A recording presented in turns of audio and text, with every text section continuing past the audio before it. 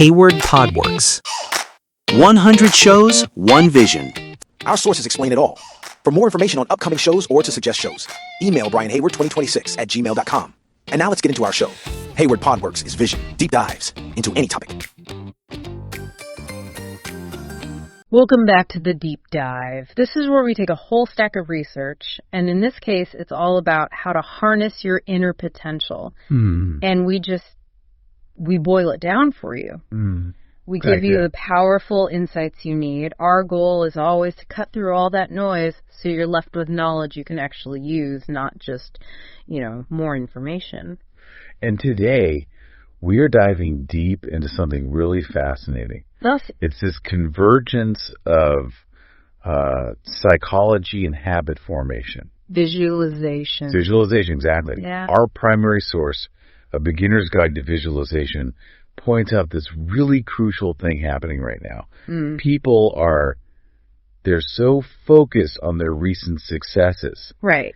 And yet at the same time, they're completely consumed by the shadow of their failures. And that dynamic can just stop you in your tracks. It creates this massive internal friction, and it makes it so hard to find any kind of clear focus. No sustained inspiration. Exactly. So the guide argues that these visualization techniques are an incredible tool to get past that friction.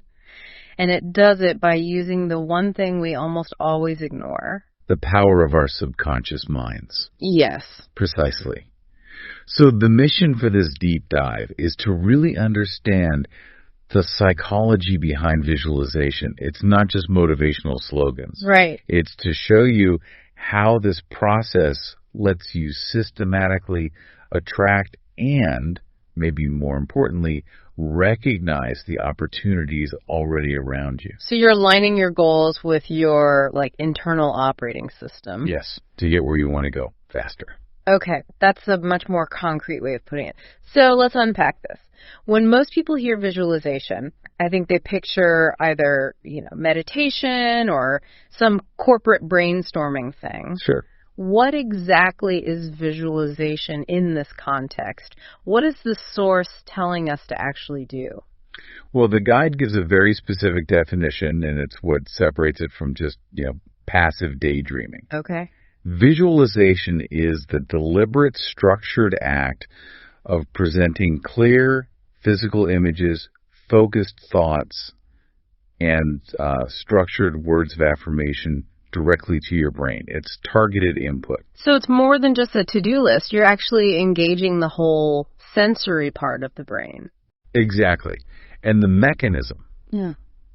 That's where the real power is. Yeah. Once the brain gets this consistent, clear input, this blueprint, it doesn't just, file it away. It subconsciously starts to guide you toward opportunities. And the guide says this happens even while we are sleeping or doing other things. Wow. So it turns your mind into this kind of high-powered search engine that's always on, always filtering things for you. That's a great way to put it. That sounds incredibly efficient, but, that's a powerful claim. That your subconscious is working on your goals while you're, grocery shopping. It is a huge claim. Mm-hmm.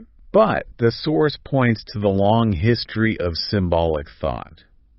It suggests visualization isn't some new self-help trick. It's more fundamental. It's a fundamental human strategy. They argue that our ability to visualize abstract thoughts, to turn them into shareable ideas. Like cave paintings or mathematical models, exactly. Yeah. Without that, they say, language and communication as we know it wouldn't even exist.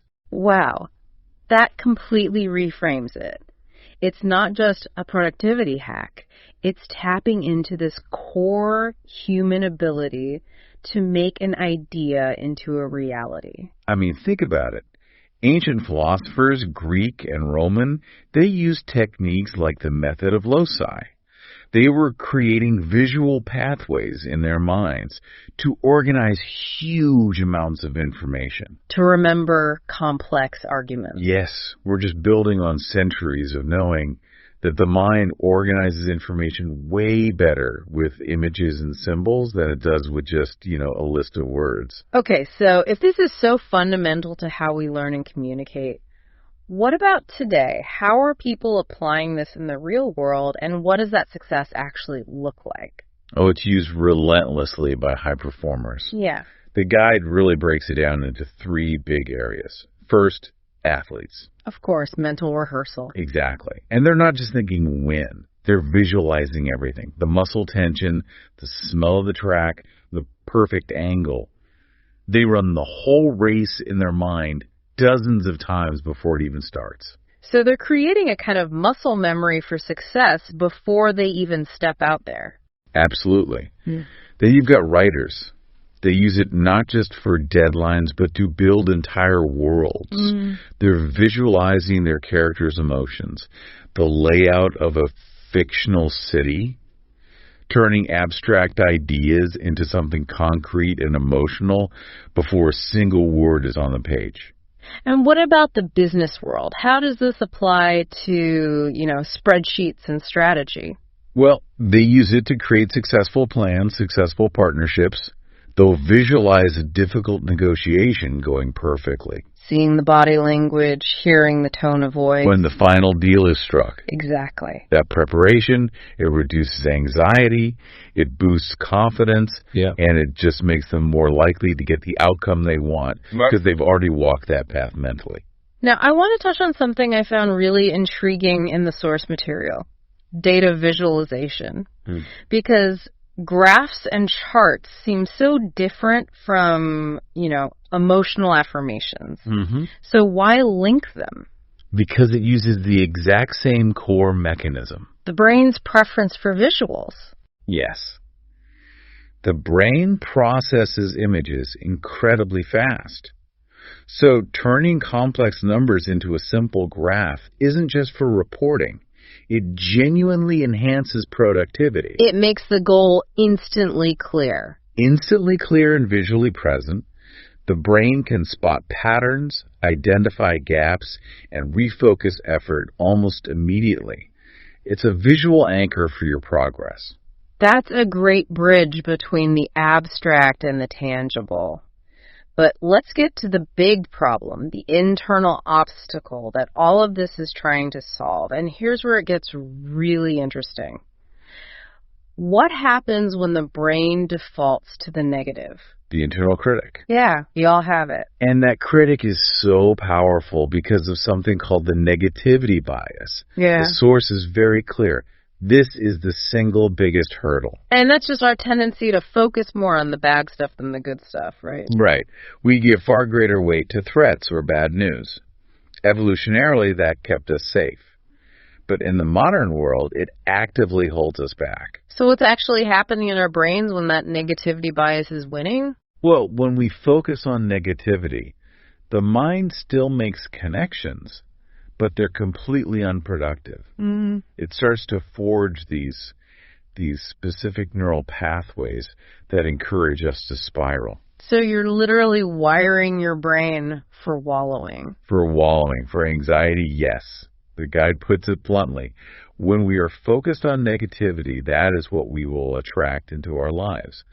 Not through magic, but by training your brain to only see problems. So the brain is just being efficient. It builds a super highway for the thoughts you use most often, even if they're harmful. Exactly. So if you keep running the I'm going to fail script, that becomes the default path. And then when a genuinely good opportunity shows up, you don't even see it. The negativity bias filters it out. You're too discouraged, you're anxious to even see it as possible, let alone act on it. So visualization then isn't about ignoring reality. It's about actively fighting that bias. It's about intentionally building a new, better neural highway. That is the solution, precisely. Visualization gives the brain a solid, positive vision. It forces your mind to rehearse success and, crucially, to anticipate the tools you'll need. Which means when those tools or opportunities actually appear, you recognize them immediately. You've basically prepped your perception to see the resources that were probably there all along. And the ultimate goal here is to turn our mind from this automatic self-saboteur into, well, our best friend, our most valuable asset. It's making sure your most powerful tool is actually working for you, not against you, and building that confidence as you go. Okay, we've covered the what and the why, the deep psychology. Let's get really practical. What are the specific techniques the source lays out for actually doing this, for changing your life?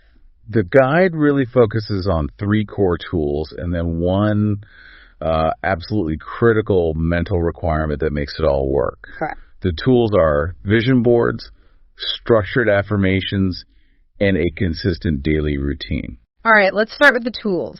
We've all heard of vision boards. But what makes one actually effective instead of just being, nice wallpaper? It has to have sensory input, and you have to engage with it. The guide says your vision board shouldn't just be pictures of stuff you want. It should have images that evoke the feeling of having already achieved the goal. You have to look at it every day and really connect with it emotionally, make it feel real. And affirmations. Is it enough to just say, I am successful 10 times in the mirror? No, the structure is key. The guide insists they have to be written and spoken in the present tense. The subconscious mind struggles with, I will be successful or I will stop failing. It processes negatives poorly. You have to state it as a current reality. I am confident in executing my plan. So you're not hoping for the future, you're activating the present. You are. It bypasses that internal resistance. And what's a critical mental requirement that makes all of this stick? Unwavering belief. The guide really hammers this point. Yeah. You have to truly believe that you will achieve your goals. No ifs, ands, or buts. Because if you have those secret doubts, the negativity bias wins. Your subconscious gets conflicting signals and nothing happens. That conviction is the fuel for all of it. That covers the internal work, but the guide also says the outside world can make this harder, so how do we manage our environment? Oh, that's vital.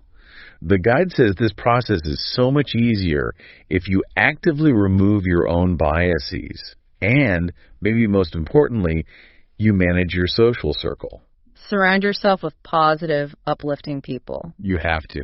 Which makes total sense, but it's often the hardest part, right? Distancing yourself from negative people. It is. But if you're constantly around naysayers, around people who are critical and negative, they become this external proof for your own internal negativity bias. They're just reinforcing the old wiring. Exactly. Their doubt undermines the very belief you're trying so hard to build. You can't rewire your mind if someone is constantly trying to short-circuit it from the outside. So really, success comes from putting all these pieces together. Managing your environment, creating positive routines, giving your brain clear goals. And making sure that core belief is absolute. You're just leveraging the internal power of your subconscious to be more efficient, to recognize things better. That's it. The source calls it the law of attraction, but it's really about attunement. When you actively look for resources and opportunities, you become attuned to them. You notice them. It's recognition enhancement, not magic. So, to wrap this all up, the message here really isn't just fluffy motivation. This is structured, evidence-based mental training. Everybody struggles with staying positive, but the point is that you are capable of shifting your focus. Absolutely. This framework is used by high performers for a reason. It provides a real mechanism for overcoming that feeling of being powerless or out of control. It lets you take back your agency. We have every right to pursue the abundance the world offers. And that path starts today by setting clear present tense goals and actively training your brain to work for you. Using those vision boards, affirmations, and that support network as your tools. By staying the course, you ensure that your mind, your most valuable asset, is focused efficiently on success, and you systematically reduce all that mental friction from doubt and negativity. And we will leave you with one final provocative thought from the source material to think about. If visualization and focused mental practice are powerful enough to affect our physical performance, our actual bodies. Like athletes improving tangible skills. Exactly. Then what previously dismissed or impossible goal could you set today just by showing your mind the completed picture and committing to building that new neural pathway? Think about that power and where you could direct it next. Hayward Podworks. 100 shows, one vision. All right, this is Hayward Podworks, and that's today's episode. If this helped you, do me a favor, hit follow, leave a quick rating, and share it with one person who'd get value.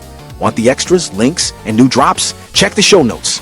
Until next time, stay sharp, stay consistent, and keep building. Hayward Podworks. We'll talk soon.